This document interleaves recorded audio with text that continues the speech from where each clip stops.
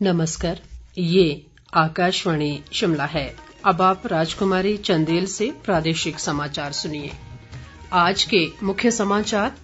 राज्य सरकार शगुन योजना के तहत सामान्य श्रेणी की बीपीएल वर्ग से संबंधित बेटियों को भी 31,000 रुपए का देगी शगुन। मुख्यमंत्री ने विधानसभा में हिमाचल प्रदेश राजकोषीय उत्तरदायित्व व बजट प्रबंध संशोधन विधेयक किया पेश। जल जीवन मिशन के तहत प्रदेश को इस वर्ष जनवरी तक 1,328 पेयजल योजनाएं हुई मंजूर। और मुख्यमंत्री जयराम ठाकुर ने ऊना जिले के 5 प्रमुख अंतर्राज्यीय प्रवेश द्वारों पर खनन पड़ताल चौकियों के किए उद्घाटन। अब समाचार विस्तार से। राज्य सरकार शगुन योजना के तहत प्रदेश में सामान्य श्रेणी की बीपीएल वर्ग से संबंधित बेटियों को भी 31,000 रुपए का शगुन देगी। मुख्यमंत्री जयराम ठाकुर ने ये घोषणा आज विधानसभा में वर्ष 2021-22 के बजट पर हुई चर्चा के जवाब में की। मुख्यमंत्री ने प्रदेश के कर्मचारियों को छठे वेतन आयोग की सिफारिशें लागू करने की प्रतिबद्धता जताई और कहा कि नए वेतनमान के एवज में सरकार कर्मचारियों को अंतरिम राहत के तौर पर 5,066 करोड़ रुपए के लाभ दे चुकी है। उन्होंने कहा कि पंजाब सरकार की इस संबंध में रिपोर्ट 31 मार्च तक आएगी और इसका अध्ययन करने के बाद सरकार इसे लागू करने पर फैसला लेगी। मुख्यमंत्री ने प्रदेश में बिजली के मीटर लगाने के लिए अलग अलग स्थानों पर अलग अलग कीमत निर्धारित करने के मामले में ऊर्जा मंत्री से विस्तृत रिपोर्ट तलब करने की बात भी कही। मुख्यमंत्री ने विपक्ष के इन आरोपों को भी खारिज किया कि पुलिस विभाग में कांस्टेबलों की भर्ती अनुबंध आधार पर हुई है। उन्होंने कहा कि कांस्टेबलों की भर्ती नियमित आधार पर होती है और विपक्ष को बोलने से पहले बजट का अध्ययन कर लेना चाहिए। मुख्यमंत्री ने दावा किया कि उनकी सरकार ने तय सीमा के भीतर ही कर्ज लिए हैं और प्रदेश को दिवालियेपन की कगार पर पहुंचाने के विपक्ष के आरोप गलत हैं। मुख्यमंत्री ने कहा कि पूर्व कांग्रेस सरकार ने अपने शासनकाल में प्रदेश पर ऋणों का बोझ 28,707 करोड़ रुपए से बढ़ाकर 47,906 करोड़ रुपए कर दिया। मुख्यमंत्री ने कहा कि सरकार ने धरातल पर जो काम किया है उसका असर भी अब लोगों में दिखाई दे रहा है और भाजपा के पक्ष में आए चुनाव के नतीजे इसका ताजा उदाहरण हैं। उन्होंने ये भी दावा किया कि उन्हें सिर्फ 2 साल ही काम करने का मौका मिला, इसके बावजूद सरकार ने कांग्रेस के 3 साल के कार्यकाल से बेहतर काम किया है। इससे पूर्व मुख्यमंत्री के जवाब से असंतुष्ट विपक्ष ने जवाब के बीच ही सदन से वॉकआउट कर दिया। विपक्ष की मांग थी कि मुख्यमंत्री महंगाई, बेरोजगारी, कर्ज, पुलिस कर्मियों के अनुबंध और वेतन आयोग की सिफारिशों को लागू करने के मुद्दे पर सदन में घोषणा करें। मुख्यमंत्री जयराम ठाकुर ने केंद्रीय करों से मिलने वाले हिस्से में आई कमी के दृष्टिगत प्रदेश की कर्ज लेने की सीमा को बढ़ाने के लिए आज विधानसभा में हिमाचल प्रदेश राजकोषीय उत्तरदायित्व और बजट प्रबंध संशोधन विधेयक 2021 पेश किया। इस विधेयक के मुताबिक प्रदेश सरकार को राज्य के कुल जीडीपी के 5% तक ऋण लेने की छूट मिल जाएगी। अभी तक प्रदेश राजकोषीय उत्तरदायित्व और बजट प्रबंध अधिनियम 2005 के अनुसार सरकार को राज्य की कुल जीडीपी के 3% के बराबर ही ऋण लेने की अनुमति है। मुख्यमंत्री ने बिल पेश करते हुए कहा कि वर्ष 2019-20 के दौरान केंद्रीय करों की वास्तविक प्राप्तियों में कमी आई है। इसके फलस्वरूप राज्यों का हिस्सा भी प्रभावित हुआ है। ऐसे में केंद्र सरकार ने 26 फरवरी 2020 को केंद्रीय करों को निम्नतर अवक्रमण के लिए राज्यों को क्षतिपूर्ति करने के लिए अतिरिक्त उधार लेने के उद्देश्य से राजकोषीय उत्तरदायित्व और बजट प्रबंध विधियों में संशोधन करने की एक बार विशेष व्यवस्था करने की इजाजत दी है। इसी अनुमति के अनुसार प्रदेश सरकार अपनी कर्ज लेने की सीमा को बढ़ाने जा रही है। मुख्यमंत्री ने इस बिल पर विपक्ष के विरोध पर कहा कि कांग्रेस ने 50,000 करोड़ रुपए का कर्ज नहीं छोड़ा होता तो प्रदेश के वित्तीय हालात इतने खराब नहीं होते। इससे पहले विपक्ष के नेता मुकेश अग्निहोत्री ने इसे प्रदेश के भविष्य के लिए घातक कदम करार दिया। उन्होंने इस बिल का विरोध करते हुए मुख्यमंत्री से मांग की कि बिल को पेश करने पर ही सरकार इसे वापस ले ले। अग्निहोत्री ने कहा कि इस बिल के पेश होने से साबित हो गया है कि सरकार किस तरह अंधाधुंध कर्ज ले रही है और इससे विपक्ष का ये दावा भी सही साबित हुआ है जिसमें कहा गया था कि सरकार कर्जे पर चल रही है।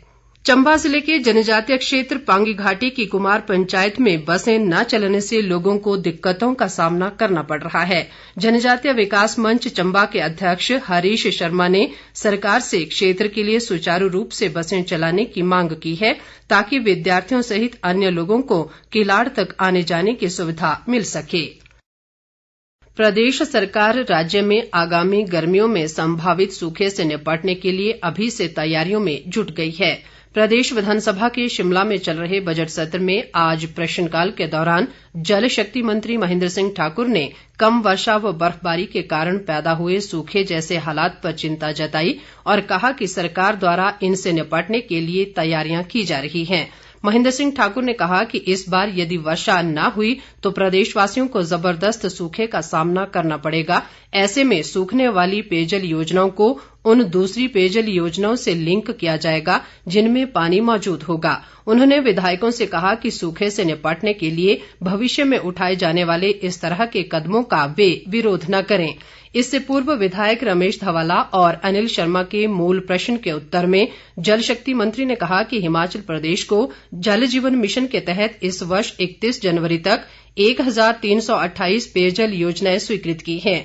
इन योजनाओं पर 555 करोड़ 81 लाख रुपए खर्च किए जा चुके हैं।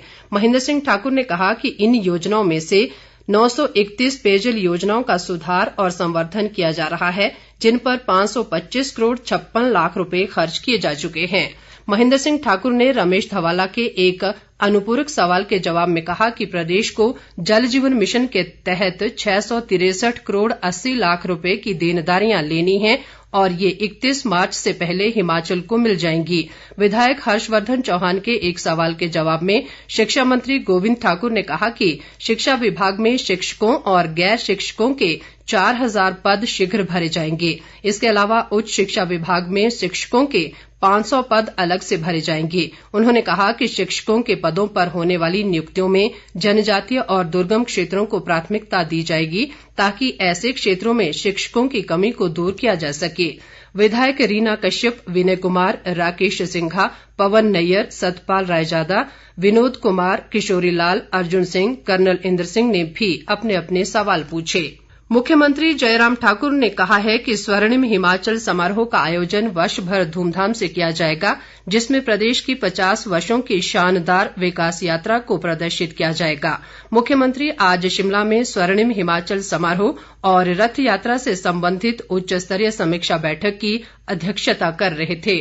उन्होंने कहा कि समारोह के पहले कार्यक्रम में 15 अप्रैल से स्वर्णिम रथ यात्रा शुरू होगी जबकि दूसरे भाग में वर्ष भर प्रदेश के विभिन्न भागों में 51 कार्यक्रम आयोजित किए जाएंगे। मुख्यमंत्री ने प्रदेश के गौरवशाली इतिहास के बारे में युवाओं को शिक्षित करने पर विशेष बल दिया। उन्होंने कहा कि राज्य सरकार के संदेश को जन जन तक पहुंचाने के लिए स्थानीय कलाकारों की भागीदारी सुनिश्चित की जानी चाहिए। बैठक में मंत्रिमंडल सदस्यों सहित वरिष्ठ प्रशासनिक अधिकारी मौजूद रहे। प्रदेश सरकार राज्य में अवैध खनन को रोकने के लिए प्रतिबद्ध है और इसके लिए कई कदम उठाए गए हैं। मुख्यमंत्री जयराम ठाकुर ने आज शिमला से वर्चुअल माध्यम से ऊना जिले के 5 मुख्य अंतर्राज्यीय प्रवेश द्वारों बाथड़ी, पोलियां, पंडोगा, महतपुर और गगरेट में खनन पड़ताल चौकियों के उद्घाटन के बाद ये बात कही।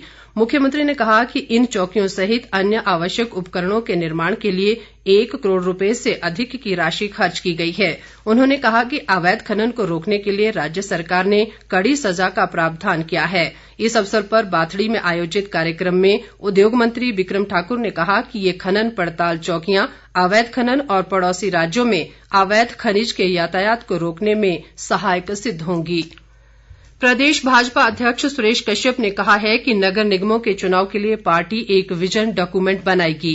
ये बात आज उन्होंने नगर निगम चुनावों को लेकर आयोजित वर्चुअल बैठक की अध्यक्षता करते हुए कही। सुरेश कश्यप ने कहा कि प्रत्येक नगर निगम क्षेत्र में एक चुनाव कार्यालय खोला जाएगा जिसमें चुनावों की गतिविधियों का ब्यौरा रखा जाएगा। प्रदेश कांग्रेस अध्यक्ष कुलदीप राठौर ने कहा है कि 4 नगर निगमों में होने वाले चुनाव के लिए पार्टी अपने प्रत्याशियों की सूची 21 मार्च को जारी करेगी। आज शिमला में एक पत्रकार वार्ता में उन्होंने कहा कि कांग्रेस पूरी पारदर्शिता के साथ उम्मीदवारों को इस चुनाव में उतारेगी। इसके साथ ही ये समाचार बुलेटिन समाप्त हुआ। नमस्कार।